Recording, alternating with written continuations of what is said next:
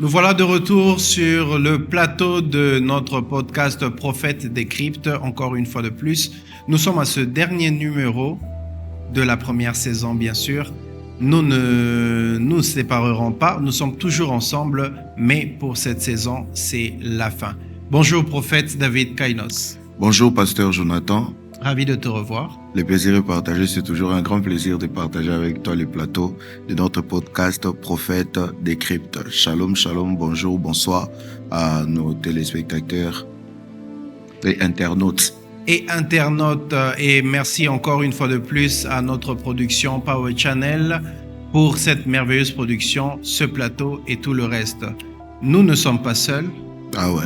Une fois de plus, encore, nous avons l'honneur de le recevoir sur notre plateau pour ce deuxième numéro avec lui. Bonjour, prophète Joël Francis. Bonjour, pasteur Jonathan. Bonjour, prophète Kainos. Bonjour, prophète Joël Francis. Bonjour à tous ceux qui nous suivent aussi. Bonjour, bonsoir, peu importe l'heure à laquelle vous nous suivez.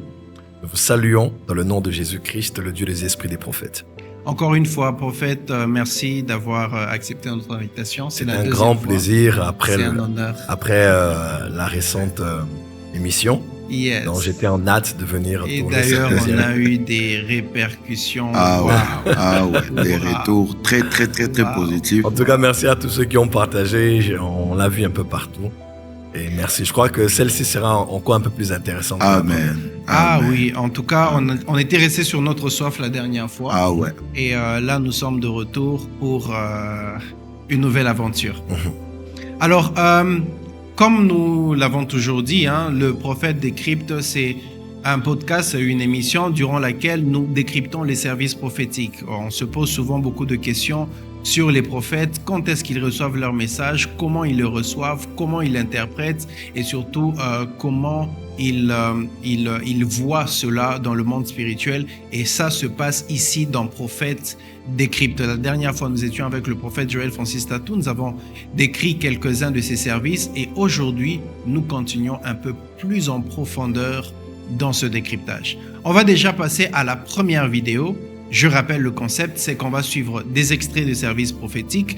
Notre objectif ici n'est pas de donner tout le service prophétique. Parce que prophète David Kainos, il y a souvent des gens qui disent « Oui, mais les détails, en quoi c'était important Le plus important, c'est la prophétie, c'est le message. » Bien évidemment, c'est le message. Mais le but et l'objectif de cette émission n'est pas de donner le message dans son entièreté. C'est de se concentrer sur certains détails, comprendre pourquoi ce détail avait été donné, comprendre comment ce détail avait été reçu, perçu, et c'est ce qui fait justement la beauté de tout un service prophétique.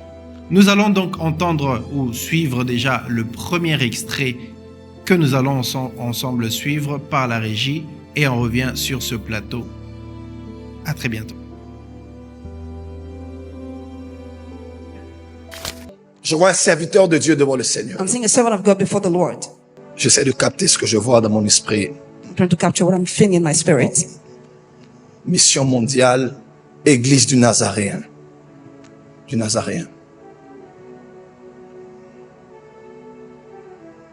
Yao,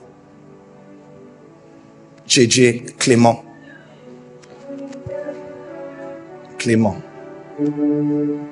Apôtre.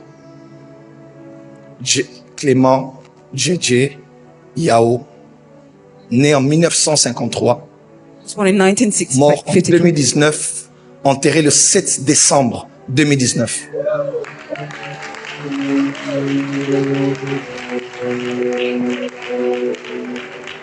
Il a laissé une veuve qui s'appelle Mariam Koné. His widow is called Mariam Koné. À côté de Mariam, je vois Marcelin Guy. Je vois Fernand.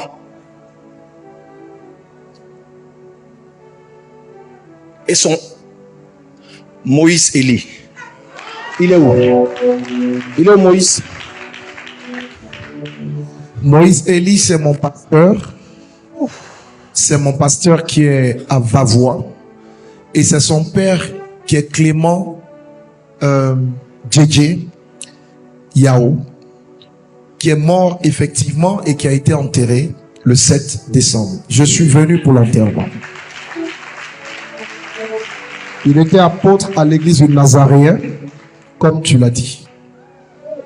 Et ce vieil homme est venu se mettre à la fin de sa vie sous ma couverture. Il avait des lunettes. Oui, C'était un papa, vraiment. un vrai papa. Je le vois au ciel. Wow. It's in heaven. Prophète Joël Francis Tatou, ça se passe en 2019. L'extrait que nous venons de suivre à l'instant, ça se passe en Et 2019. c'était à Abidjan. C'était à Abidjan, Ouais. à l'église de votre frère, le bishop Ouattara. Et déjà, j'ai une petite question parce que il y a plus ou moins 3 minutes comme ça qui passent. C'est comme si vous êtes en train de chercher en esprit, vous le recevez, c'est comme si vous hésitez avant même d'arriver au message. Mais est-ce que vous pourrez nous dire qu'est-ce qui se passait exactement en cet instant-là avant de sortir ce message où vous aviez parlé justement de l'un des serviteurs de son église qui était décédé? Mais qu'est-ce qui se passait exactement? Je pense que ce service, et si je ne sais pas quantifier le nombre de services prophétiques que nous avons fait par la grâce de Dieu, mais si je peux mettre en termes d'intensité, c'est un des services très intenses que j'ai eu à faire par rapport à ce que je ressentais lorsque je libérais le message. Ce qui a été dit ici est un mélange de beaucoup de choses. Le 3/4 du message est allé dans des paroles de connaissance, mais l'introduction du message était une vision que je recevais. Non pas une vision dans laquelle on m'envoyait des informations, mais une vision dans laquelle j'étais emporté moi-même. J'étais emporté. Je vais être honnête avec vous, les apparitions du Seigneur Jésus que j'ai eues, les apparitions des anges, les plus intenses, 3/4, je les ai eues en songe. 3/4, je vais être honnête avec vous. C'est quand je dors, je vois m'apparaître, je vois le Seigneur. C'était vraiment le 3/4 de ces apparitions des êtres angéliques ou du Seigneur Jésus. Je les ai eues pendant que je dormais. Faut les voir dans les réunions, ça c'est, je dirais pas tous les jours, mais c'est quelque chose de commun. Mais ça, c'est quelque chose qui ne s'est pas passé pendant que je dormais. Parce qu'en dormant, j'ai déjà été emmené au ciel, déjà été emmené dans le séjour des morts. Mais ça se passe en étant éveillé. Je suis éveillé et je suis emmené là où je suis déjà arrivé une fois, mais plus d'une fois, mais en songe. C'est pour cela que j'étais aussi silencieux. Parce que j'étais ici et j'étais là-bas. J'étais ici et j'étais là-bas. Quelqu'un m'a posé un jour la question de savoir, est-il possible qu'un prophète voie l'âme au-delà de la vie, donc la vie après la mort? Peu importe où l'âme est, hein, que ce soit certains diront le séjour des morts, d'autres les esprits errants, d'autres dans le ciel. Je dis oui, c'est très possible. Surtout quand il s'agit d'un des deux domaines comme le ciel ou le séjour des morts, c'est des endroits où il faut avoir des accès. Il faut qu'on te permette d'y aller et de voir. Ce n'est pas des endroits où quelqu'un peut juste être là, il veut aller voir quelque chose au ciel, il y va. Non. Généralement, vous êtes emmené par l'esprit. Vous êtes ravi en esprit. Il y a un être spirituel qui est avec vous pour vous accompagner là où vous allez. Et là, c'est un des services très intenses que j'ai expérimenté parce que j'étais là et j'étais en même temps emmené au ciel pour voir, et j'ai vu l'âme de ce serviteur de Dieu. Je l'ai vu exactement dans la présence de Jésus. Wow. Quelqu'un dira, comment cela se passe? J'aimerais déjà vous dire que il y a des hommes de Dieu qui ont accès au conseil de Dieu. Qui ont accès à la salle du trône. Quand vous voyez Jean vous dire qu'un ancien m'a dit, on a dit dans les cieux, sur la terre, sous la terre, il n'y a pas personne qui était dit d'ouvrir le livre et d'en pour les 7 sceaux. C'était dans une vision qu'il avait cela. Il voit ce qui se passait dans la salle du trône. D'Apocalypse 4, Apocalypse 5, Jean voit la salle du trône. Ésaïe 6, il voit la salle du trône. 1 Roi 22, alors que Michée est là avec en face de lui Josaphat, le roi de Juda, ainsi que Akab, qui insiste finalement qu'ils lui disent la vérité. Michée dit, j'ai vu le trône de Dieu, j'ai vu l'armée des cieux autour de lui, et j'ai vu Dieu parler avec des entités spirituelles, des esprits. Dieu dit, qu'est-ce qu'on va faire pour juger Akab? Et un esprit est sorti des rangs et a dit qu'il sera sur la terre un esprit de mensonge. Ouais. Les prophètes étaient sur la terre. Probablement que la vision avait eu lieu un jour avant ou quelque temps avant, parce que dans la suite logique des choses, on comprend finalement qu'il avait déjà vu ça. Il avait déjà vu ça, mais il ne voulait juste pas parler. Alors, il était sur la terre, mais il était emmené au ciel. Il est possible que dans la dimension du ministère prophétique, quelquefois, par la grâce et la miséricorde de Dieu, Dieu accepte de nous donner accès à la salle du trône pour voir des choses très spécifiques. Très spécifiques. Et plusieurs, ça les arrive après des longs moments de prière, de jeûne, ils tombent en extase, ils voient le ciel. D'autres, c'est pendant qu'ils dorment, d'autres pendant qu'ils jeûnaient, priaient l'apparition. Mais c'est rare que ça arrive en plein culte comme ça, où vous êtes en train de faire un service et subitement, vous allez en extase. Donc, je pouvais être là physiquement, mais mon esprit était dans la salle même de Dieu, dans le trône de Dieu. Donc vous dans êtes Jérémie, un peu comme en extase en même temps. Voilà, dans Jérémie 23, il est écrit, Dieu parlant des faux prophètes, il dit, mais si ils avaient assisté à mon conseil, ils auraient pu voir et entendre ma parole. Donc, les prophètes, quand ils sont vrais, ils peuvent avoir accès à assister au conseil. Et le conseil de Dieu, c'est le conseil, c'est une assemblée qui délibère. Quand Dieu veut faire des choses par rapport aux familles, aux nations, Dieu se met dans le conseil de sa propre volonté. Par exemple, on voit le Père, le Fils et le Saint-Esprit dire « Faisons l'homme à notre image ». Les trois dire « Allons, descendons, confondons leur langage ». Genèse chapitre 11. Donc, des fois, quand Dieu veut décider dans le conseil de sa volonté, il le décide en tant que Dieu, il le décide en tant que Dieu des dieux dans l'assemblée de Dieu et de ceux qu'il veut faire sur la terre. Et j'ai eu la grâce comme ça plus d'une fois. Mais des expériences comme ça sont quand même très rares. Des fois, vous êtes là, mais on vous fait voir, mais que vous-même vous soyez emmené à l'instant, là, c'est autre chose. Parce que quelqu'un peut voir ce qui se passe. Voir, c'est une chose. Mais être emmené, vous êtes conscient que votre être immatériel est entré dans ce domaine-là. Ça, c'est une dimension spirituelle, prophétique assez forte. Et même quand j'ai fini, ça m'avait énormément fatigué. Parce que mon corps n'a pas pu supporter les mouvements qui ont été faits de mon être immatériel entre le ciel et la terre. Et ça m'avait vraiment beaucoup épuisé. Et j'ai été là-bas et j'ai vu l'âme du serviteur de Dieu. Je crois que c'était peut-être une manière pour Dieu de me faire voir cela, pour confirmer à ceux qui étaient là que c'était un vrai serviteur de Dieu, qui n'est pas en enfer, qui n'est pas dans le lieu de tourment, il est dans la présence de Dieu. Et en étant là-bas, comme il est écrit, heureux dès à présent ceux qui sont morts de le Seigneur, parce que leurs œuvres les ont précédés. Et lui, le message voulait dire au fait que toutes les bonnes œuvres qu'il avait eu à faire avaient des répercussions sur la vie de ses enfants. Dieu a donné beaucoup de détails sur lui. La prophétie était un peu longue. Donc, c'est une expérience. Quand j'y pense, j'ai l'impression d'entrer à nouveau dans la vision. Parce que c'était très, très intense. C'était très intense. La première fois que ça m'est arrivé comme ça, c'était au Burundi. J'étais avec le pasteur Luc Ondias du Gabon, qui était certainement là avec moi. Et j'enseignais à l'école des prophètes. Mon fils de prophète Herbert était là. Ivanov, je crois le prophète Ézéchiel devait être aussi avec moi en train de jouer au piano. Et j'ai fini d'enseigner sur les 10 types de prophètes. J'ai appelé les gens de venir, je prophétiserai pour eux, les gens venaient. Il y avait une femme qui était là. Et pendant que je prophétisais pour elle, c'était tellement rapide, mais c'était comme un flash. À peine je parlais sur elle, j'ai vu le nombre d'enfants qu'elle avait, un enfant qu'elle avait perdu, et j'ai vu cet enfant quelque part dans un compartiment au ciel. Et l'enfant me disait des choses sur le papa. Mais en ce moment-là, papa, ce n'est plus le don.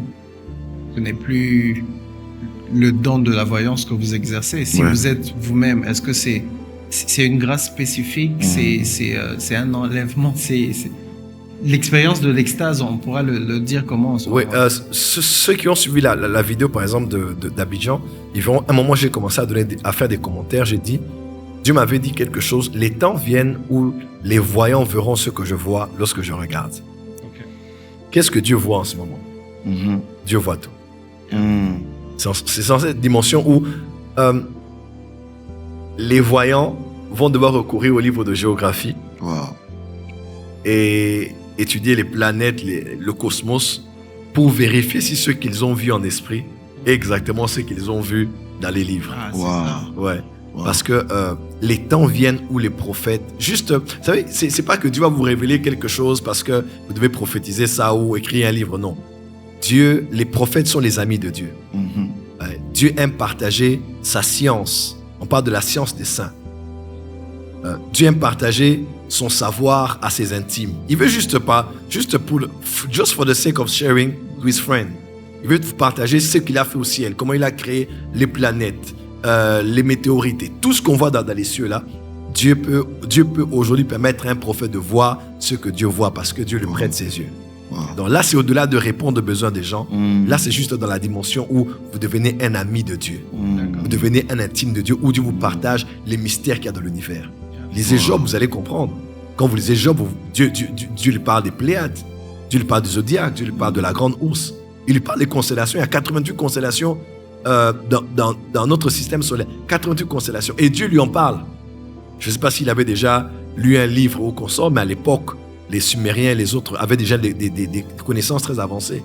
Mais Dieu lui a parlé, Dieu a partagé avec Job. Je crois que Dieu va nous partager certaines sciences, certaines connaissances mystérieuses, des choses qui concernent la création de l'univers, ce qui est avant, pendant, ou bien ce qui aura lieu après. Et ça, ce sont des dimensions très fortes de la dimension prophétique. Et c'est pour ça que j'étais aussi silencieux et aussi calme. Et ce n'est pas un service prophétique que l'on prépare, ça? Non. Ça arrive. C'est vrai, j'étais en prière quand même, durant la période là. J'ai préparé un Nouka. J'ai travaillé, je crois, dans les églises méthodistes. C'était ma première fois, je pense, de voir même le Bishop Ouattara. On a fait connaissance cette semaine-là. Et dans l'intensité des prières dans lesquelles nous étions, en tout cas, c'était à la veille de 2020, d'ailleurs, quand j'ai commencé à enseigner sur les Elohim, sur la 4e révolution spirituelle. Et vraiment, durant cette période-là, j'étais dans de très, très intenses prières. Et c'est cette période-là que j'ai eu cette Mais expérience. en même temps, papa, il y a quelque chose qui me vient à l'esprit. Il y a un autre de vos services, c'était à Paris. On va un peu essayer de suivre ça avec la régie, et puis on revient tout de suite. C'est qui Henriette? Ma défunte mère, C'est votre défunte mère. Henriette Mela, Moulema. votre maman. Est-ce que, je peux vous dire quelque chose qui est fort ici? Votre père est dans l'armée, mais votre mère était dans l'armée céleste. Elle servait Dieu. Et pendant que je parle là dans mon esprit, je vois votre mère auprès de Jésus. Alors, dans ce service de Paris, pourquoi je l'ai pris? Parce que justement, ici, vous dites avoir vu au ciel la mère du frère, du monsieur qui était là. Alors, bon, juste une question pour un peu revenir sur ce que vous venez de dire. Quelle est la différence d'expérience spirituelle que vous avez eu à faire entre ce service et le service d'avant? Parce que l'autre, vous y étiez au ciel. Ce Là, service, vous j'ai avez vu. L'autre, j'y étais. Ok. Ce service, j'ai vu. Étienne a vu. Mm. Oui, Étienne, pendant qu'il mourait, ses yeux se sont ouverts. Il a vu le Seigneur debout sur son trône. Il n'y a pas été. De là où il était, il a vu. Il a vu. Ici, j'ai vu. En fait, il y a de ces personnes qui aiment faire des mystifications. Ouais. Il va aussi voir et puis il va dire, mais j'y ai été. Comment on fait une différence, Ouais. je ne sais pas, technique ou expérimentale, entre le moment où tu sais que tu y es et le moment où tu sais juste que c'est une vision? Ah ben tu le sais toi-même, hein? En tout cas, celui qui l'expérimente le sait. C'est pour ça que je puis donner même une aussi grande différence. Je sais que j'y étais, j'étais emporté, et là je sais que j'étais là où j'étais, et je l'ai juste vu. Wow. Donc c'est deux choses différentes. Là, je voyais... vous êtes par exemple voir dans Amos chapitre 8, verset 1. Amos dit, l'Éternel m'envoie des visions. Mais des fois vous êtes là, mais c'est la vision qui vient vers vous. Ouais, c'est la vision qui vient, c'est Dieu qui vous donne. En fait, les visions viennent de différentes manières. Yeah. Des fois, c'est nous qui sommes là qui voyons, des fois, c'est lui qui envoie les visions, et des fois, c'est nous qui sommes emportés dans les dimensions dans lesquelles nous sommes en train de voir. La différence est seulement la première, j'y étais, et la deuxième, je voyais ce qui se passait là-bas. Papa, juste une question avant de donner la parole au prophète Kainos.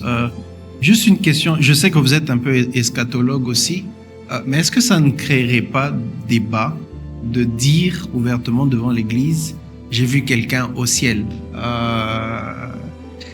On sait qu'il y a le jugement dernier, on sait que voilà, plusieurs personnes passeront par le feu, leurs œuvres seront éprouvées, mais l'audace de pouvoir dire j'ai vu quelqu'un au ciel, est-ce que ça veut dire que la personne est vraiment sauvée? Je confirme que la personne est sauvée. Ou c'est juste que voilà, j'ai vu la personne au ciel, mais elle attend le jugement dernier en réalité. Et en tant qu'eschatologue, qu'est-ce que vous pouvez dire? Lorsqu'on parle du ciel, le ciel veut dire beaucoup de choses. C'est pour ça, par exemple, généralement qu'on utilise le terme Hashamaim qui veut dire les cieux. Parce que le domaine du ciel ne peut être compris que quand on l'appelle les cieux. Parce qu'il y a différents niveaux, il y a différents compartiments. Par exemple, le Seigneur Jésus dit à cet homme, il dit, je te le dis aujourd'hui, tu seras avec moi au paradis. Là, c'est Jésus-Christ qui parle lui-même. Paradis, paradiso, en grec, qui veut dire jardin, qui veut dire félicité, qui veut dire lieu de repos. Ouais. C'est Jésus qui dit aujourd'hui, tu seras avec moi. Et il est avec Jésus. Ça veut dire que là où Jésus était, cet homme y était. Parce que Jésus avait dit qu'il en sera ainsi. Ouais. Donc, le ciel, ça dépend de là exactement. Jésus a donné la parabole, par exemple, du pauvre. Il parle des riches. Il dit qu'il est amené dans le sein d'Abraham. Donc, quel que soit le nom que cela a, techniquement, nous utilisons le mot ciel pour dire qu'il est dans un endroit avec le Seigneur. Voilà. Vous rejoignez les personnes aussi qui disent avoir vu certaines personnes en enfer. Et bien évidemment, moi, j'ai déjà vu. Mais l'enfer dont on parle, ce n'est pas le lac et les temps de feu. C'est un lieu de tourment dans lequel les âmes qui n'ont pas connu le Seigneur sont avant de pouvoir être rappelées lorsque les eaux rejetteront leurs morts et puis la terre aussi libérera ses morts et puis tous vont comparaître devant le Seigneur. Donc il y a un lieu de tourment, un lieu qu'on appelle séjour des morts aussi aujourd'hui où les âmes qui ne connaissent pas le Seigneur sont en train d'être tourmentées sans que cela ne soit encore le lac de feu. Parce que là, la douleur sera plus grande. Voilà pourquoi il faut croire en Jésus aujourd'hui. Parce qu'on dit que la mort et le séjour des morts seront tous les deux jetés dans le lac de feu. Donc, imaginez-vous un peu. Donc, là où les gens sont aujourd'hui, là où les âmes damnées sont aujourd'hui, n'est pas encore le lac de feu, n'est pas encore le jugement éternel. Parce qu'ils doivent d'abord être jugés avant d'être jetés, eux, la mort et le séjour des morts, dans le lac de feu. C'est là où il y aura que des pleurs et des grincements des dents. Donc, il y a deux choses que Dieu laissera aux personnes qui seront là-bas. La capacité de pleurer parce qu'ils auront des larmes et puis les dents parce qu'ils auront la capacité de les grincer. Donc, croyez en Jésus aujourd'hui afin que vous n'alliez pas dans cet endroit parce que... Exactement. Merci beaucoup, prophète Joël, pour vos réponses. Mais j'aimerais revenir un peu sur une série de réponses que vous venez de donner par rapport à ce genre de service. C'est tellement bénissant, c'est tellement attrayant que j'ai aimé quelque chose que vous avez dit, mais c'est aussi une brèche que j'ai pour vous poser une question. Donc, dans tous les cas, s'il s'agit de voir les ciels, de voir une personne au ciel, ou bien d'y être, comme vous avez dit que être, c'est Dieu qui vous y amène, un être qui vous y amène, mais voir, c'est votre esprit de prophète qui a pu apercevoir cela. Donc, vous êtes en train de nous faire comprendre qu'il y a des dimensions dans les prophétiques qu'il faut atteindre pour avoir ce niveau-là. C'est pas donné à tout le monde. Parce que moi, j'ai craint un mouvement. On connaît nos gènes là. Et j'ai entendu le prophète Joël a dit ça. Donc lui aussi, il se réveille un bon matin là. Il commence à dire, je t'ai vu au ciel. J'aimerais, puisque vous êtes aussi un père de ces mouvements. Vous êtes un père des mouvements. Par vous, Dieu a amené plusieurs mouvements à l'église. Et nous qui sommes vos fils là, nous savons comment les gens des fois aiment déborder. J'aimerais ici que vous puissiez nous fixer un peu. C'est clair, on peut être prophète, mais cette dimension n'est pas donnée à tout le monde. Non, ce n'est pas donné à tout le monde. J'aimerais que vous puissiez réagir. Même moi, j'ai insisté. Ce sont des choses que j'ai vécues très rarement. Et j'ai eu l'élégance de dire que les grandes expériences que je les ai eues, c'était même dans des songes. Parce que des fois... Les expériences spirituelles sont tellement fortes que Dieu épargne même votre corps. Regardez Daniel qui est tombé comme s'il était mort. Apocalypse 1, les gens sont tombés comme morts. Daniel même dit que son corps commençait à se décomposer. Juste à la vue de la présence de l'ange. Donc, Dieu des fois épargne notre corps. Alors, il préfère passer par les songes et passer par plusieurs autres voies pour nous épargner. Parce que l'humain ne supporte pas le divin. Regardez déjà quand on prie pour vous, vous tombez sous l'onction. Tout à fait. Vous pesez 100 kilos, 120 kilos, 150 kilos. Un jeune garçon qui a à peine 23 ans qui vous touchez, vous tombez. Parce que l'humain supporte difficilement le divin. Et maintenant, quand le divin se révèle ou se manifeste, c'est des choses terribles. Cet homme était tellement touché par cela qu'il est devenu aveugle. Imaginez-vous que vos yeux physiques ne peuvent plus voir. Donc vous ne voyez plus. Un homme qui voyait le matin, à une certaine heure, il reçoit une visitation, il devient aveugle. Médicalement, on décrit ça comment? Parce que votre corps physique peut subir même les conséquences d'une certaine apparition. Comme vous l'aviez spirituelle. dit dans le numéro précédent, nous sommes des êtres spirituels qui Oui. avons une expérience. Tout à Ah, fait. ça c'était quelque chose. Oui, c'était Dans très notre fort. corps, Ça, c'était très Ouais, fort. ouais. Ça, Et c'est exactement, très c'est pour ça que la plupart des grandes expériences spirituelles se passent pendant que nous jeûnons, nous prions, nous nous sanctifions. Dieu voit que votre corps physique se prédispose à la nature de ce qu'il y a au ciel. Et quand le ciel vient vers vous, il y a compatibilité. Ouais. Mais prophète Joël, ne pensez-vous pas que au-delà de la sanctification, c'est aussi peut-être attaché aussi, je dirais quoi, à l'âge spirituel, à l'ancienneté. Je pense, à moins que vous puissiez m'orienter autrement, mais je pense que peu importe la grâce que Dieu peut faire à quelqu'un, il y a des dimensions qui ne sont atteintes que par aussi la capacité, la grandeur de son esprit, Évidemment. sa croissance spirituelle. Évidemment. Par exemple, ça, c'est vrai que nous avons compris que ça dépend de Dieu, vraiment, on a compris. Mais avec votre expérience, ne pensez-vous pas que c'est aussi attaché à la grandeur de l'esprit, à l'âge dans les ministères, avec tout ça? Oui, aussi, parce que bon, on va pas se le mentir, Dieu nous fait confiance à nous tous, mais il y a aussi une dimension de confiance que Dieu n'accorde qu'après avoir testé, Yeah. après avoir éprouvé, après avoir vu comment vous avez géré ce qu'il a mis entre vos mains, vous avez géré comment les dimensions prophétiques qu'il vous a Tout à accordées. Êtes-vous devenu orgueilleux? Mhm. Êtes-vous devenu... avez-vous senti un sentiment de supériorité par rapport aux autres? Parce que Vous c'est êtes- quand même le ciel. Ouais, vous êtes-vous senti spécial? Avez-vous utilisé ça pour dénigrer les autres ou bien pour servir, pour glorifier son nom, pour édifier? Et celui qui est fidèle aux petites choses, on lui confie des grandes choses. Donc aujourd'hui, par exemple, tout le monde peut voir, mais il y a des choses que seul un grand esprit ou quelqu'un qui a marché avec Dieu longtemps peut comprendre de certaines choses. Des fois même un jeune dans le prophétique peut dire des choses, mais il ne comprend même pas ce qui s'est passé. Tout à Il ne fait. peut même pas expliquer ça. Tout à fait. Mais c'est quelqu'un qui a duré longtemps, qui sait exactement que ce qui s'est passé, c'est telle chose. Parce qu'il en a l'expérience. Donc je crois que ce sont des choses sacrées. C'est pour ça qu'on ne ment pas, on ne joue pas avec ces choses. Quand ça arrive, j'en ai parlé. Et le deuxième cas, puisque ce n'était pas le cas, j'ai dit, j'ai juste vu. Parce que le domaine de Dieu, c'est un domaine très sacré où très peu de personnes peuvent y parvenir. Voir la concentration que vous aviez avant même de pouvoir expliquer ce que vous avez vécu, ça prouve vraiment que c'est pas quelque chose d'ordinaire. Ça prouve vraiment qu'il fallait la concentration, la maîtrise. Je pense même, nous on a vu que quelques minutes où vous étiez silencieux, mais je crois ou bien j'imagine que vous avez dû faire usage de tout ce que vous avez appris par rapport aux expériences et de la présence de Dieu durant ces instants-là. Alors ma question va dans le sens où si quelqu'un, un père, un jeune qui s'est retrouvé dans un culte victime de cette expérience, vous, comme quelqu'un qui a eu plusieurs expériences pareilles, quel est le conseil que vous lui donnerez? De dire ce que Dieu vous dit de dire. Je veux le dire à ma honte. Parmi les visitations que j'ai eues, il y en a une dont j'étais interdit d'en parler. Oui, je me rappelle, j'étais à l'église Philadelphie à l'époque. J'avais une forte expérience spirituelle. Et j'ai vu le Seigneur. Il m'a dit des choses. Et il m'avait dit ça. Ne le dis pas. Ne le dis à personne. Mais vous voyez un peu comme on dit en lingala, le barming et beaucoup dans la bouche qui parle beaucoup, des fois. Voilà. En parlant de l'expérience, avec le sentiment d'en parler, c'était tellement excitant de l'avoir vécu. J'ai dit des choses. Et à peine j'avais dit ça en public. On dirait l'onction à l'instant m'avait quitté. Wow.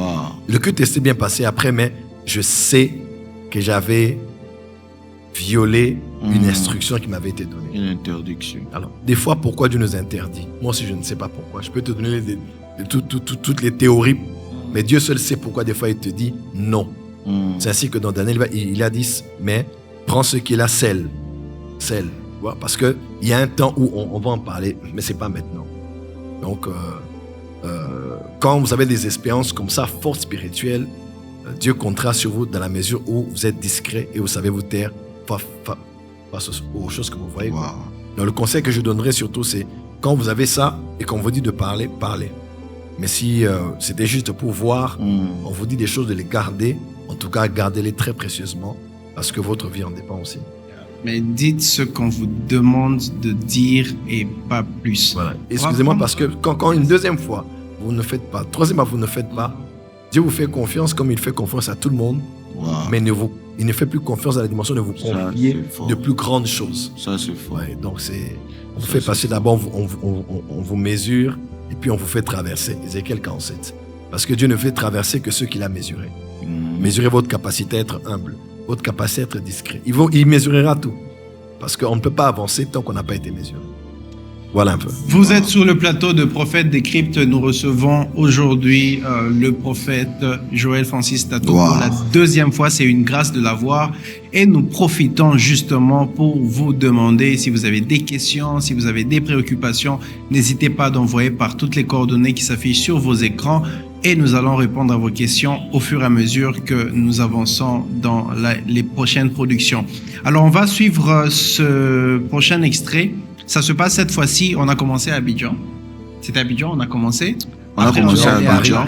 Nous sommes allés à Paris. Et maintenant, là, nous allons maintenant au Madagascar. On suit cet extrait et on revient tout de suite. Levez bien vos deux mains. L'Esprit du Seigneur me dit, parle à ma fille Anta. Il m'a dit, parle à ma fille Anta. C'est qui Anta? C'est qui Anta? C'est elle? En fait, Anta, elle a coupé Anta. Normalement, c'est Anta Lalao. Quel est le professeur? Normalement, c'est Anta Lalao. Andriarinia. C'est votre nom? C'est mon nom. Comment? Le Dieu qui te connaît par ton nom me dit de te dire. Il est ton père et il est ton mari. Il me dit, il est ton père. Et il est ton mari. Il est ton époux. Tu as une relation spéciale avec Dieu. Tu es une femme d'intimité avec Dieu comme un homme est avec une femme. Voilà pourquoi tu aimes beaucoup l'adoration. Et quand l'adoration est là, tu entres dans la présence du Père. Le Père me dit de te dire. Je reçois un numéro de téléphone. Comment? Yes. 0340. 0340 838 281. Oui. C'est le numéro de qui? Oui, c'est mon numéro. C'est votre numéro? Oui. Quel est le professeur? Dieu me dit, on va appeler ce numéro pour des grands contrats dans le domaine du tourisme. Amen. Dans le domaine du tourisme. Quand je parle de tourisme, je vois Alexandre Travel. C'est ça? C'est quoi? C'est quoi? Alexandre Travel. C'est sa compagnie. Elle est dans le tourisme, il y a import-export, il y a beaucoup de choses que tu vas faire. Amen. Ton numéro va sonner pour de bonnes nouvelles et de gros contrats. Et 2023 sera une année glorieuse. Je vais au passé. Viens, avance. Comment? Je vais au passé. Il y a quelque chose que Dieu t'avait donné par rapport au kingship, à la royauté. Mais il ne te l'avait pas donné ici. Quand je pars, mon esprit est aux États-Unis. Je me vois dans l'église où mon fils spirituel a prêché 2 dimanches passés, le prophète Beleke, à l'église de Guillermo Maldonado. C'est à Miami, en Floride. Je te vois dans cette église. Je ne parle pas des rêves. Tu étais là physiquement. Est-ce que c'est vrai? Oui, mais j'étais Vamos de retour, Sarah, Zapata. Vamos de retour, Sarah, Zapata. J'étais à Miami, chez l'apôtre Maldonado, avec le prophète, l'apôtre Ratiba Michel, qui m'a imposé. C'est dans quelle année?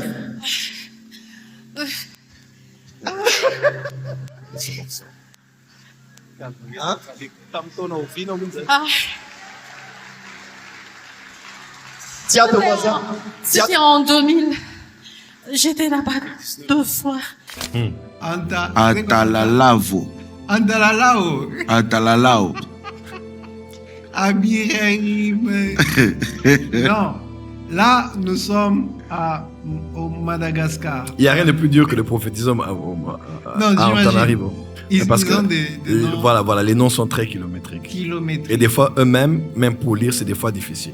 Moi, je Ok. prophétisais Wow. à Anta, on appelle ça Anta. Je prophétisais et puis je n'arrivais pas. Puis j'ai écrit, je donne au pasteur de lire. Lui aussi, il avait difficile à lire. Wow. Ouais, parce que c'est des noms, des fois. Très kilométrique.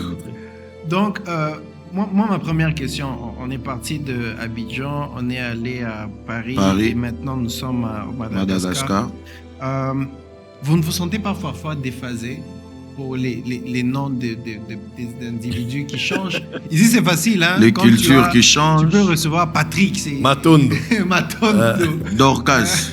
Dans Ouais. un auditoire de Mutombo, 200 personnes, il c'est ne manquera bijou. pas. On est habitué à ça. Ah, donc, ouais. même avec ton instinct congolais, simplement, il y a un nom congolais qui peut te venir directement. Antananalao. Comment vous faites cette expérience? Et je sais que c'est pas donné à tous les prophètes. Hein. Yeah, parce qu'on a vu des gens, vous les connaissez chez lui, dans son église ou bien dans son ministère, vous êtes choqués de voir ce que Dieu fait avec lui. Mais quand on l'invite, par exemple, et surtout quand c'est seulement une nation à une autre, vous voyez qu'il essaye, mais c'est vraiment pas trop ça. Et ça, on sait, ça, ce n'est que quelques vidéos qu'on a. Mais si on doit retracer tous vos déplacements, moi, j'ai même l'impression qu'il y a de ces saisons où, à l'extérieur, tu travailles très fort Oui. qu'ici. Donc, comment vous faites pour ne pas être déphasé? Comment vous faites? Et surtout en répondant, Ouais, s'il ouais. vous plaît, comment avoir cette confiance en soi en se disant que c'est ce que je vois ici. Normalement, au Congo, Sérieusement, c'est pas un nom. Atalalao. Au Congo, c'est pas un nom. Mais ici, là, c'est un nom. Cette sérénité-là. À vous, prophète. Bon, ça c'est vraiment un sujet très intéressant. Comment est-ce que je me sens? À vrai dire, je me sens le même partout où je vais. Hmm. Si c'est pour prendre le Congo, que ce soit à Kinshasa, à l'église ou dans d'autres églises, à Lubumbashi, à Bukavu récemment, au Burundi, au Rwanda, Mhm. en Afrique du Sud, à Brazzaville, Zimbabwe. au Zimbabwe, au Gabon, Bénin. en Côte d'Ivoire, au Bénin même. Il y a Bénin, des services la folie. prophétiques qu'on a ici. Ah. Au Bénin, au Cameroun. Mhm. Au Cameroun. Dans un stade, d'ailleurs. Ouais, au Hmm. Cameroun. Hmm. Allons seulement en Europe, à Charleroi, à Bruxelles, à Paris, à Lyon, ou encore comme ça. Surtout, il faut mentionner que notre église de Ouais. Paris, c'est pas seulement les Français, Non, c'est c'est pas que les vraiment Français, ouais. les Ouais, métissages. il y a même très peu de Congolais, il peut y avoir 4 ou 5 Congolais seulement de Kinshasa. Hmm. Et en Italie, à Turin, je me rappelle encore chez un de mes aînés, l'apôtre Kinde, à Turin, en Italie. Hmm. J'imagine un peu ce qui sera la tournée déjà Amérique. Amérique, Ah ouais, les Antilles. les Ah, Les- ça va être les la Antilles folie. que vous allez faire bientôt Ouais, là. ouais. c'est, Et puis, comme le prophète Kanos dit, honnêtement, je prophétise mieux maintenant hors du pays et de Oui, Kinshasa. vraiment, j'ai qu'ici. cette impression. Parce que mon esprit est devenu un peu plus à l'aise dehors. Quand je suis chez moi, des fois, je me sens un peu comme bloqué. Hmm. Oui, je sens un peu comme des petites restrictions. Hmm. Mais quand je suis dehors, en tout cas, je vole et je plane. Comment je vais répondre à cette question? La première des choses, ce qu'il faut savoir, c'est ceci.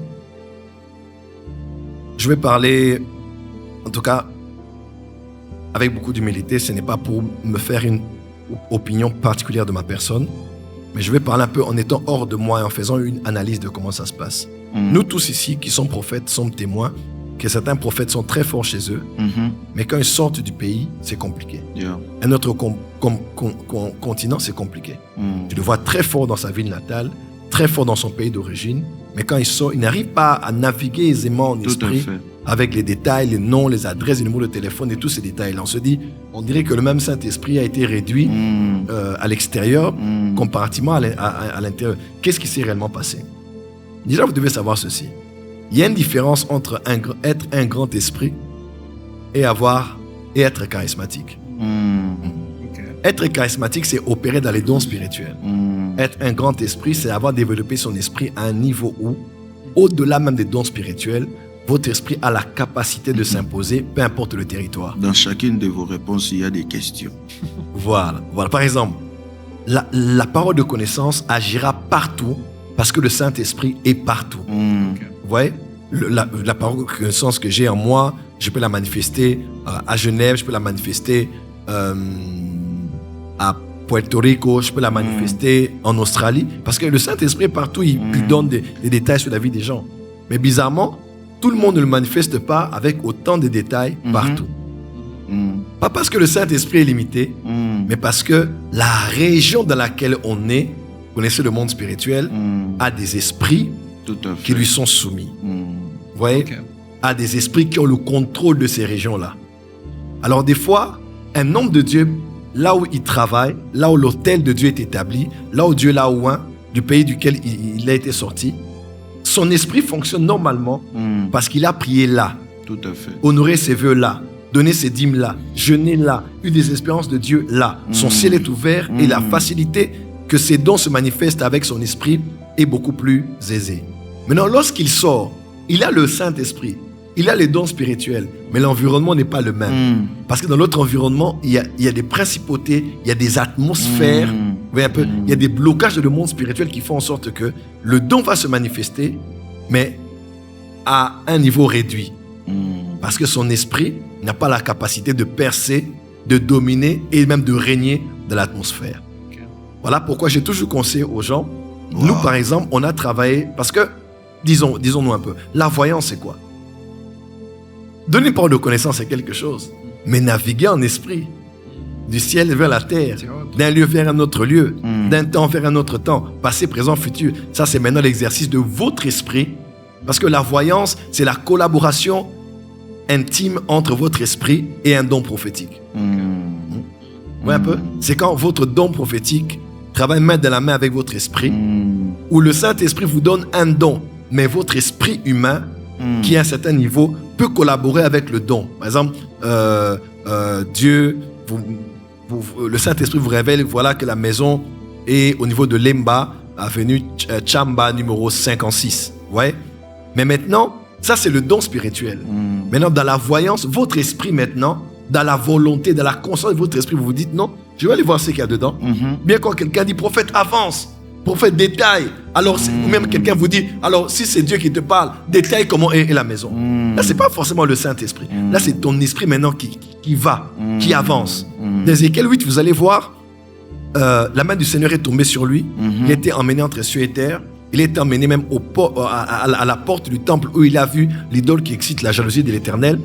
Maintenant, à partir de là, Dieu maintenant commence à lui dire, avance, avance, avance. Lorsque j'avançais, je voyais. Lorsque j'avançais, je voyais. Et on lui dit, perce la muraille. Lorsqu'il perce la muraille, c'est pas Dieu qui a percé, c'est celui qui a percé. Quand il a percé, il a vu une porte. Quand il a vu la porte, il est entré par la porte. Vous voyez un peu? Donc, dans le monde de la voyance, l'esprit vous met dans une dimension où le don de la parole de connaissance, par exemple, vous informe des choses qui sont, mais votre esprit aussi a la volonté de commencer à avancer. À avancer dans votre propre volonté. Vous voyez? Et c'est comme ça que vous allez voir quelqu'un, il dit précise, ok, d'accord. Dans ton sac, voilà ce qu'il y a. Oh, mais dans ton sac, ok, d'accord, il y a une carte de crédit de telle banque. Ok, d'accord, prophète, si tu vois vraiment, ça c'est en fait, combien est-ce qu'il y a à l'intérieur? Ouais, ça c'est maintenant l'esprit humain. J'ai fait cet exercice avec mon fils, prophète Kainos, dernièrement ici à l'église. Il a vu une requête qu'il y avait. Et il voyait quelques 2-3 éléments dedans. Et puis moi, j'ai dit non, vraiment, tu t'arrêtes pas là. Hein. Il dit, tu t'arrêtes pas là. Parce que si quelqu'un dit, oh non, c'est seulement Dieu qui révèle. Ah, là, vous n'avez pas rien compris. Dans la voyance, maintenant, c'est l'esprit humain du prophète aussi qui avance. Et je lui ai dit, oh, bon, ok, d'accord, j'ai pris le papier, j'ai ouvert. Le prophète Caneux était là-bas. J'ai dit, bon, tu vas maintenant me dire ce que tu lis. Devant tout le monde, devant la caméra. Oh, il faut que les médias nous retrouvent cette vidéo. Est-ce qu'il y a encore ces éléments-là? Je pense pas, je sais On va pas. essayer de voir. Ça, c'est juste un exemple récent que je donne par rapport à mon fils. Et il a commencé à forcer l'esprit pour voir, forcer l'esprit. Dans la voyance, maintenant, au-delà de votre don spirituel, de vos dons prophétiques, prophétie, parole de connaissance, discernement des esprits, c'est aussi votre esprit humain de prophète qui commence à avancer avec la volonté, travaillant main dans la main avec le don prophétique. Donc, c'est ainsi, bon, par la grâce de Dieu, j'ai compris le monde spirituel très tôt. J'ai appris à développer mon esprit très tôt. Et peut-être que c'est aussi parce que je suis appelé à être un prophète dans les nations. Mais je crois que mon esprit a beaucoup travaillé au point où, aujourd'hui, avec humilité, je peux être à Kinshasa, mais le nombre de personnes par an qui rêvent de moi dans leur pays est incroyable. Pendant même que les gens suivent cette vidéo, ils peuvent témoigner. Je suis ici à Kinshasa, quelqu'un m'a vu en train de l'enseigner à Goma, quelqu'un d'autre me voit prêcher au niveau de la Laissez dans les commentaires, hein, ne vous empêchez pas, laissez votre témoignage. Voilà, si vous avez déjà vu, vous m'avez vu vous enseigner, prêcher, vous impacter dans un rêve, écrivez.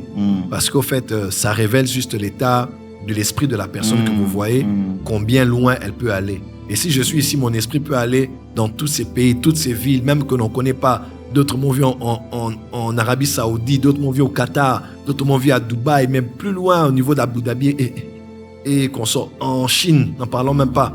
Au Japon, vous voyez un peu. Si je suis ici, croyez-moi, avec l'esprit, je peux aller n'importe où, quoi. Donc, voilà pourquoi je conseille beaucoup les prophètes. Quand vous avez des dons spirituels, c'est bien. Mais avec les dons seulement, il y a des endroits où vous pourrez être limité. Voilà pourquoi soyez compétitifs en esprit. Quand vous entrez dans un territoire, même les esprits savent qu'on doit céder le passage parce que lui, nous sommes des esprits territoriaux. Lui, son niveau spirituel fait de lui un esprit territorial partout où il passe. C'est comme ça que Jésus arrive sur le territoire des Gadariens. Ce n'était pas son territoire. Ce n'était pas son territoire du tout. Jésus arrive à Gadara, il pose les pieds et les esprits commencent à crier. Parce que là, il avait une puissance au point où il a délivré cet homme et lui, il allait délivrer 10 villes dont on parle pas de la décapole. Donc, développez votre esprit. Quand vous êtes prophète dans les services prophétiques, vous n'aurez pas de limite. Et avec humilité, je n'ai aucune limite. Donc, on arrivera aux Antilles, vous allez voir ce que vous voyez à Kinshasa, là-bas. On arrivera en Chine, on va proposer pour des Chinois. De la même manière, donc je n'ai jamais eu, en tout cas, jamais un seul obstacle, jamais. Il y a même un service prophétique qui est sur le curseur ici, peut-être qu'on le mettra, peut-être pas. On était en Hollande. En Hollande, il y a des Ghanéens, des gens de plusieurs autres pays là-bas qui parlent Dutch, qui parlent néerlandais, qui parlent flamand, qui parlent même pas français. Mais on a donné des noms, des détails sur eux qu'on sort. Donc, personnellement, je n'ai jamais eu d'obstacle où que je sois. Et c'est la grâce que Dieu a mis dans notre famille spirituelle. Partout où sont mes fils ou mes filles qui prophétisent, nous n'avons aucune limite. À cause, je crois, de la dimension spirituelle que nous avons. Avec humilité, bien sûr. Donc, comprenez, ou bien nous avons compris, papa, puisque vous êtes un enseignant, vous nous avez donné déjà un enseignement. Mais en un mot, on a compris que vous avez, par la grâce de Dieu, appris à développer votre esprit. Exactement. Au lieu de travailler un don. D'accord? Et puis, j'avais une petite question pendant que vous étiez en train de parler. Ça m'est tourné un peu à l'esprit, je me disais. Et puis, vous avez touché ça, mais vous êtes rapidement passé. Ne pensez-vous pas, hormis le fait de travailler l'esprit, mais ne pensez-vous pas que ça doit être aussi considéré comme un atout ou bien un critère qui prouve réellement si quelqu'un est appelé pour être prophète des nations? Je ne sais pas si vous voyez ce que je veux dire. Si Dieu a préconfiguré son esprit avec la capacité de travailler dans tous les continents, dans toutes les nations, dans chaque ville. Parce qu'il y a de ces personnes qui vous suivent, il dit, ah, prophète Joël, moi j'ai prié, j'ai suivi même vos enseignements, j'ai prié pour agrandir mon esprit, mais quand seulement je sors de ma nation là, c'est compliqué. Pensez-vous que ça aussi a un lien avec ça? Je te donne raison aussi. Je crois, à la fin, je crois que c'est aussi le cas. Vous ne pouvez travailler en aisance que dans la mesure où Dieu est avec vous partout où il vous envoie. Je connais beaucoup de prophètes qui, c'est pas parce qu'ils ne travaillent pas fort dehors qu'il est moindre. Non. Mais je crois seulement que tout le monde n'est pas appelé à aller partout. Et je crois que c'est aussi un appel spécifique. Quand Dieu vous appelle vraiment à sillonner le monde, il vous permettra de vivre des guérisons partout. C'est comme ça que vous allez voir d'autres hommes de Dieu. Son don de guérison est opérationnel partout. Ouais. Son don de miracle est opérationnel partout. Et sa grâce prophétique aussi est opérationnelle partout. Parce qu'il a été envoyé pour les nations du monde. Et je crois que c'est un peu la grâce que Dieu nous a faite. Quand nous sommes à Kinshasa, ici, nous voyons le nombre des nations qui viennent à nous. Là, nous étions en sécurité en RDC. Mais à nous, quand nous avons eu des nations, des vols annulés, des gens qui ont contourné des lignes aériennes juste pour être là. À Paris, par exemple, les Congolais de Kinshasa, je ne peux même pas compter 10. Je peux me tromper, mais pas 10, pas plus de 10. Tous les autres sont des Antilles, sont du Congo-Brazzaville, du Cameroun, de la Côte d'Ivoire, mais les Congolais de Kinshasa, de mon propre pays, il n'y en a pas beaucoup. Et c'est sur eux là que je prophétise toujours, je parle sur eux. Et comme ça, surtout en Europe, vu que c'est facile pour tout le monde de voyager, les gens viennent du monde entier, des États-Unis, de partout, et peu importe qui ils sont, nous avons toujours une parole prophétique à les adresser avec des détails et des précisions. Je crois que c'est aussi, comme il a dit, un appel. Donc, respirons. Si respirez, si vous vous retrouvez dans cette situation-là, ne dites pas que Dieu n'est pas avec vous. Ne vous diminuez pas, ne vous sentez pas moindre. Chacun a aussi son appel. Pasteur Jonathan. Merci beaucoup, prophète Joël Francis Tatou. Merci, prophète David Kainos. Nous, malheureusement, tendons déjà à la fin de notre quand on tourne émission. Avec Dad, apparemment, le temps passe vite. Très vite. Alors, on va suivre juste un tout petit dernier extrait. C'est par cet extrait-là que nous allons finir. Et on se retrouve tout de suite. Je vais aller vers ton papa. Là où je suis. N'aie pas peur. Je vois la famille Jupiter. Alors que je vois la famille Jupiter, j'entends Eugène. Jupiter. C'est ton père qui est déjà décédé. Ton père. Tu l'as jamais connu. Mais je vois ton père. Tu l'as jamais connu. Mais moi je le connais. D'ailleurs, toi c'est Elisabeth Restock. Lui c'est Eugène Jupiter. Et ton père est mort à 65 ans. Le Dieu des esprits des prophètes. Ton père n'est pas mort qu'à 65 ans.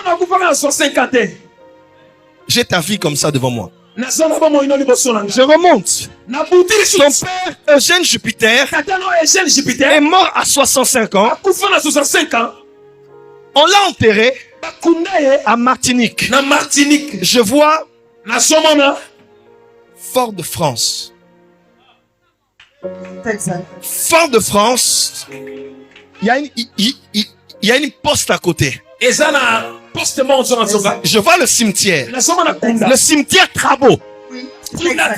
Professeur. D'ailleurs, le papa de ton papa s'appelait Lucien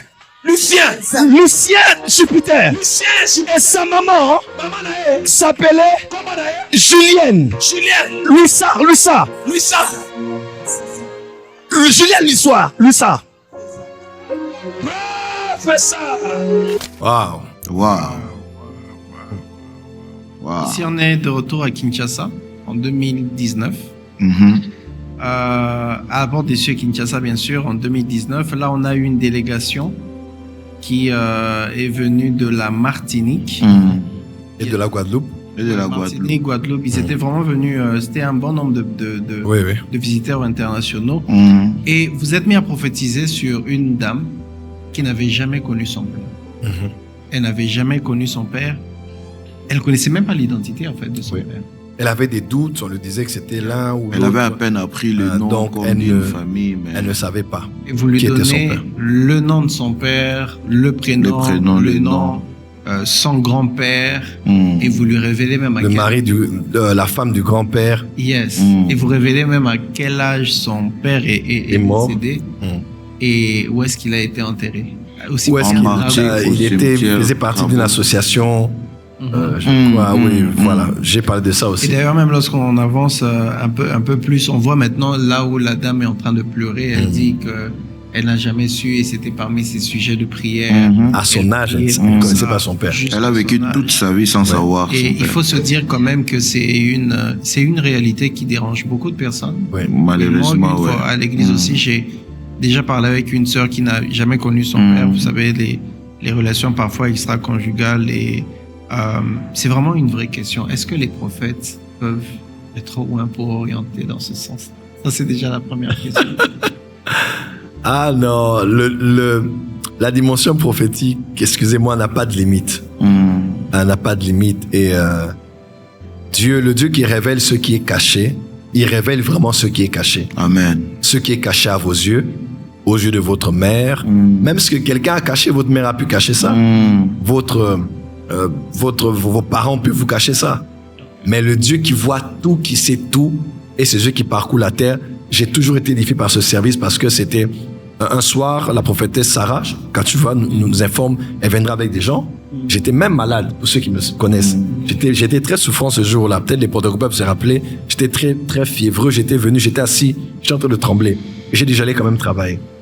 Je monte et je commence à voir les noms de tous ces gens-là, les noms, leur vie, tout ça. Et ce sujet-là m'avait beaucoup touché parce qu'elle n'avait jamais connu son père. Donc, le prophétique fait ça aussi. C'est un message que vous avez reçu sur place? Ou Sur vous l'avez place. reçu avant? Non, sur place. Je ne sais même pas. Elle m'a juste dit qu'elle venait avec des gens. Ma mère m'a appelé. Elle vient avec des gens comme ça de la Martinique, Guadeloupe. Moi, j'étais souffrant à la maison. J'ai dit, d'accord, on va se retrouver au culte. C'est quand j'étais là, on louait, on adorait, il y avait des prières, tout ça. Et quand je suis monté, le ciel était ouvert. Ah, je connais mon Dieu. Mais est-ce que vous saviez que c'était la préoccupation de la dame, ou vous aviez juste reçu le nom de son père et vous-même vous êtes surpris que c'était vraiment sa préoccupation? Je ne savais pas que c'était sa préoccupation. C'est pendant que j'étais en train de parler que je commençais à percevoir dans mon esprit. Avant même qu'elle parle, je commençais à percevoir que il y a une intrigue. Il y a quelque chose qui est ambigu. On dirait qu'elle ne sait pas de qui il s'agit. Moi aussi, je sentais qu'il y avait un link qui manquait. Et elle a dit d'ailleurs, elle commençait à insister. Elle a pleuré, elle ne connaissait même pas son père. Elle était avec sa fille d'ailleurs. Donc sa fille ne connaissait même pas son grand-père. Son grand-père. Ouais. Et Dieu a confirmé réellement le nom, oh my God. Le nom, là où il a été enterré. Là où il a été enterré en Martinique. Alors que je suis jamais allé en Martinique. Oui. Mais j'y suis plusieurs fois en esprit. L'apôtre Paul dit, absent de corps mais présent d'esprit. Ouais, le prophète Élisée dit, il dit, mais n'étais-je pas, mon esprit ne te voyait pas lorsque tu étais en train de récupérer les offrandes entre les mains de Naaman, celui qui était le lépreux. Donc il n'y a pas de limite dans le monde spirituel. On peut être ici. Est-ce qu'il y a une raison, sorry de vous interrompre, est-ce qu'il y a une raison qui justifie le fait que, apparemment, vous voyez beaucoup les morts, Le cimetière. cimetière. Est-ce qu'il y a quelque chose qui est lié entre prophète et puis mort, cimetière, tombeau? Tu rangerais la question ou bien? Oui, parce qu'en fait, déjà, s'il faut rester que sur vous, puisqu'on a vous ici, plus d'une fois, on vous a vu orienter des gens, aller très loin pour dire même que la personne serait enterrée dans tel lieu, dans tel cimetière, numéro des tombeaux, tout ça. Mais il se passe quoi, prophète Joël? On va comprendre. Qu'est-ce qui se passe? C'est quoi ce lien entre les prophètes et les cimetières? Ah non. non. Il y a aucun lien entre le prophète et le cimetière. Il y a juste un lien entre le prophète et son Dieu qui est omniprésent. Alors, je vais dire ceci. Je vais vous dire deux choses par rapport à ceci. Un moment, ça m'a étonné. Je me suis dit, mais Seigneur, pourquoi comment je prophétise pour des gens? Je vais voir les parents qui sont morts, ou il y a un enfant qui est mort, mais je vois, il est né quand, il est mort quand, et je vois le cimetière. J'étais chez ma soeur, la révérende Jeanne Monnet, au niveau d'Abidjan. Une fois, elle m'a emmené une famille comme ça devant. Et puis, j'ai commencé à voir même là où le papa était enterré, là où la veille mortuaire avait eu lieu. J'ai dit, pourquoi je dois voir des choses comme ça? Je m'étonnais moi-même aussi, jusqu'à ce que dans la Bible, le Saint-Esprit m'a donné Ézéchiel 37. Ézéchiel a été emmené dans une vallée des ossements desséchés. Dans cette vallée, il y avait eu quoi? Une guerre. Les soldats ont été tués, ils sont morts. Et c'est là qu'il y a eu des squelettes. Donc si aujourd'hui vous êtes dans un endroit où vous voyez une grande vallée avec des squelettes, vous allez comprendre que c'est un cimetière.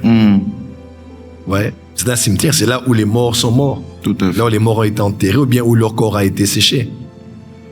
Mais le prophète y a été emmené et Dieu l'a dit, est-ce que tu crois que ces ossements peuvent revivre?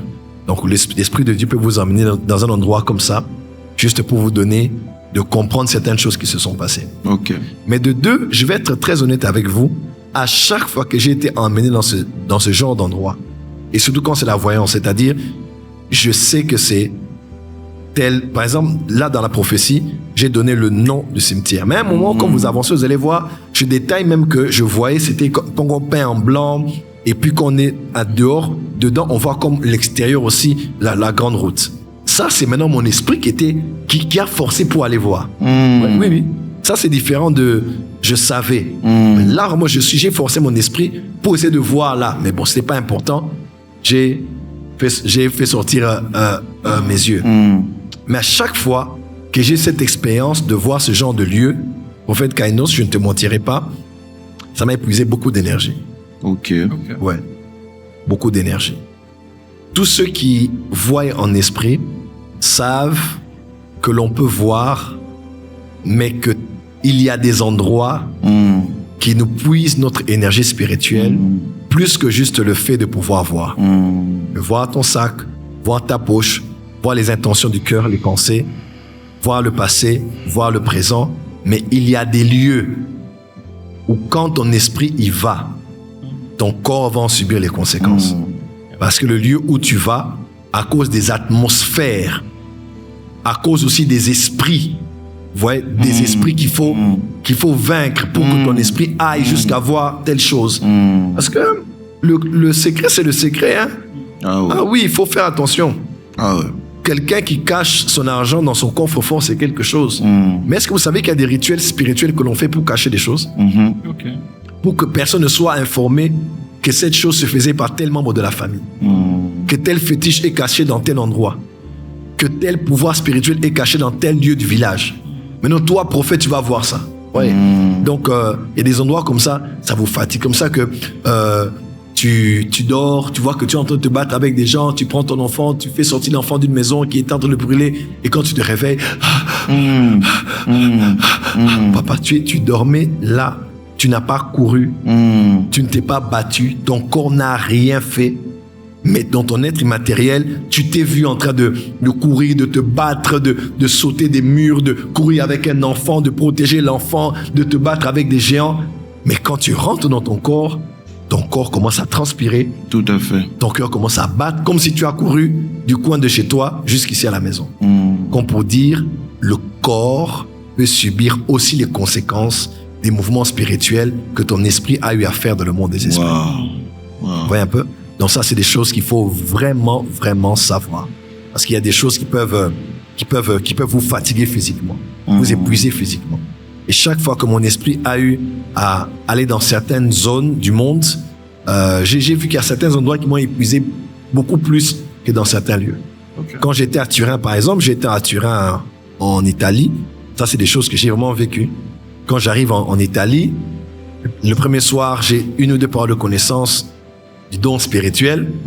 J'ai dit à maman Simiane, à votre maman, j'ai dit, chérie, je vais aller prier. Je suis sorti tard. Je suis allé là, il y avait le terrain de... C'est quoi? C'est encore quoi là? Milan? Non. Juventus? Juventus. Parce qu'on était à l'hôtel de Juventus, c'est juste derrière le stade. Et je sors, j'ai dit, je dois prendre autorité sur la ville. Parce que Turin, Lyon, même Londres sont considérés comme les villes les plus occultes, si pas du monde, de l'Europe. Donc l'atmosphère est très... Même l'apôtre qui me disait ici, l'atmosphère est trop saturée.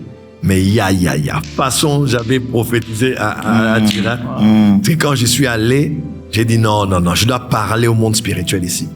Je suis venu au nom du Créateur des cieux et de la terre. Il n'y a aucun esprit qui est plus puissant que le Dieu que je sers ici.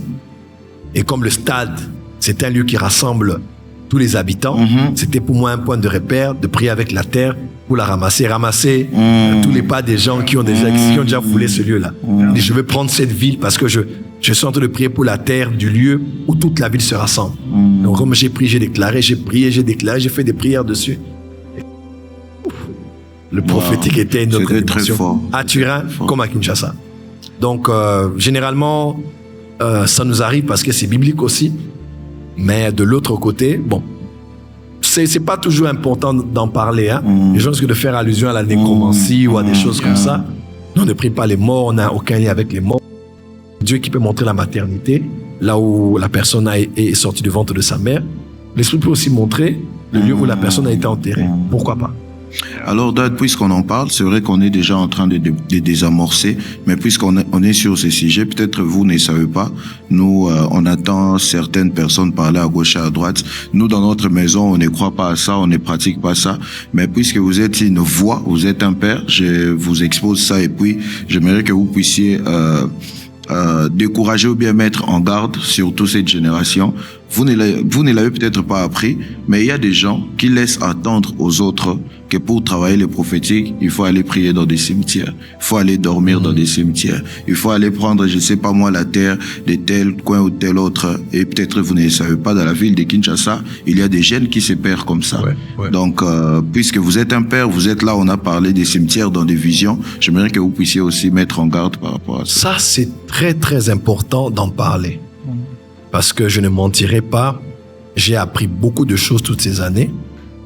Des jeunes gens, surtout des jeunes, qui ont appris aussi des autres que pour opérer dans telle ou telle dimension, il faut aller dans le cimetière, il faut aller dormir sur un tombeau, il faut invoquer un esprit, l'esprit va sortir, vous donnera la capacité de commencer à voir. J'aimerais voir peut-être un de ces jeunes-là qui prophétise peut-être à ta dimension, ou bien à la dimension de mes fils ici. C'est ça. Ouais. Vous allez vous perdre et aller en enfer pour rien. Oui. Par les esprits des morts, on peut être en contact avec le futur. Avec les choses qui sont cachées. Là, pourquoi Dieu avait interdit qu'Israël soit en contact avec ceux qui évoquaient les morts. Parce qu'il y a une différence entre invoquer et évoquer. Ok. Ouais. L'évocation et l'invocation. Invoquer, c'est faire appel. Évoquer, c'est faire apparaître. Okay. Oui, c'est faire apparaître. Ceux qui font apparaître les morts, un peu comme la femme qui a fait remonter l'esprit d'un Dieu, de Samuel, selon le texte. Ouais. Donc, on peut parler aux esprits, les morts, et les morts peuvent communiquer des informations. Ça, c'est notre sujet. Mais tout ce que j'aimerais dire ici, gardez votre âme. Gardez votre vie éternelle. Le vrai existe. L'authentique existe. Amen. Le précis, le détail, le chirurgical, le microscopique existe. Tout ce qu'on vous enseigne là-bas, c'est la sorcellerie, c'est la magie, c'est la nécromancie. Ouais. Et même si vous manifestez ici sur la terre, il n'y aura rien qui va glorifier Jésus dans tout ça. Amen. Parce qu'on ne se bat pas avec Goliath, avec l'armure de Saül. On ne se bat pas contre Satan avec les armes de Satan. On ne délivre pas des vies avec les instruments du diable. Satan ne combat pas Satan. Même si vous avez l'impression que les esprits que vous avez eus vous permettent de chasser les esprits, croyez-moi, c'est faux. L'illusion, c'est l'esprit qui est sorti, mais vous ne connaissez pas combien d'esprits sont entrés. Et la vie de la personne devient pire que ce que la personne avait avant. Donc ça, c'est vraiment ce que j'aimerais dire, qui est très, très, très important, qu'il faut savoir. Donc vous, les enfants de Dieu, vous, les serviteurs de Dieu, vous, les prophètes, si vous avez déjà eu de telles pratiques, allez chercher votre père spirituel ou un homme de Dieu que l'on prie pour votre délivrance. Parce que c'est les gens des lieux comme les cimetières sont des lieux extrêmement dangereux. Tout à fait. Extrêmement. La mort est un domaine très sacré. Même la Bible ne plaisante pas avec ça. Donc évitez, évitez, évitez, parce que le Dieu d'Israël a interdit catégoriquement que son peuple ait recours à des morts pour avoir la révélation des choses cachées et surtout celles qui sont à venir. Merci beaucoup, merci à vous, merci très chers téléspectateurs de partout où vous nous suivez à partir de vos postes de télévision, par exemple sur Power Channel qui est notre producteur.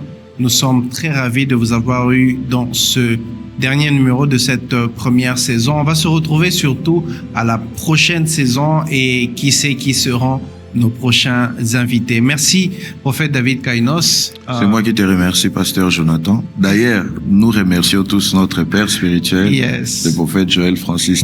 Très occupé, mais on a pu l'avoir. Et des pères spirituels, hein, on a fait plaisir de notre devoir ou droit comme enfant. Et on a pu l'avoir. C'était vraiment un réel plaisir. Merci, Papa Docteur. Et là, un dernier mot pour la fin. Quelqu'un m'a fait rire dernièrement, il m'a dit, mais bon, je regardais les commentaires, hein, j'étais où comme ça? J'étais à Charleroi.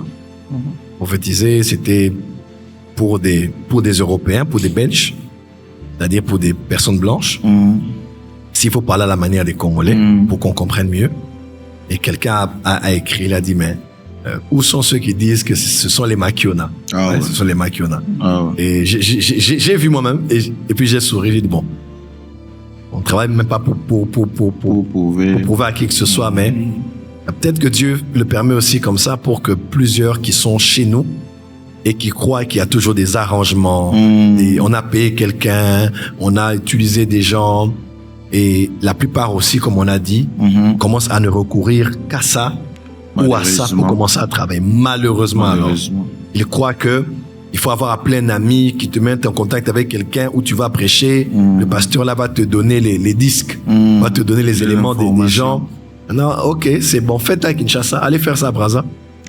Allez faire ça au Gabon, allez faire ça en Guinée, allez faire ça en Côte d'Ivoire, allez faire ça à Paris, allez faire ça en Suisse, allez faire ça à Bruxelles. Et là, vous allez bugger. Vous allez aller voir qui pour payer, qui pour utiliser qui. Vous voyez? Alors, laissez-vous plutôt être utilisé par le Saint-Esprit, qui lui est à Kinshasa et dans toutes les villes de la terre.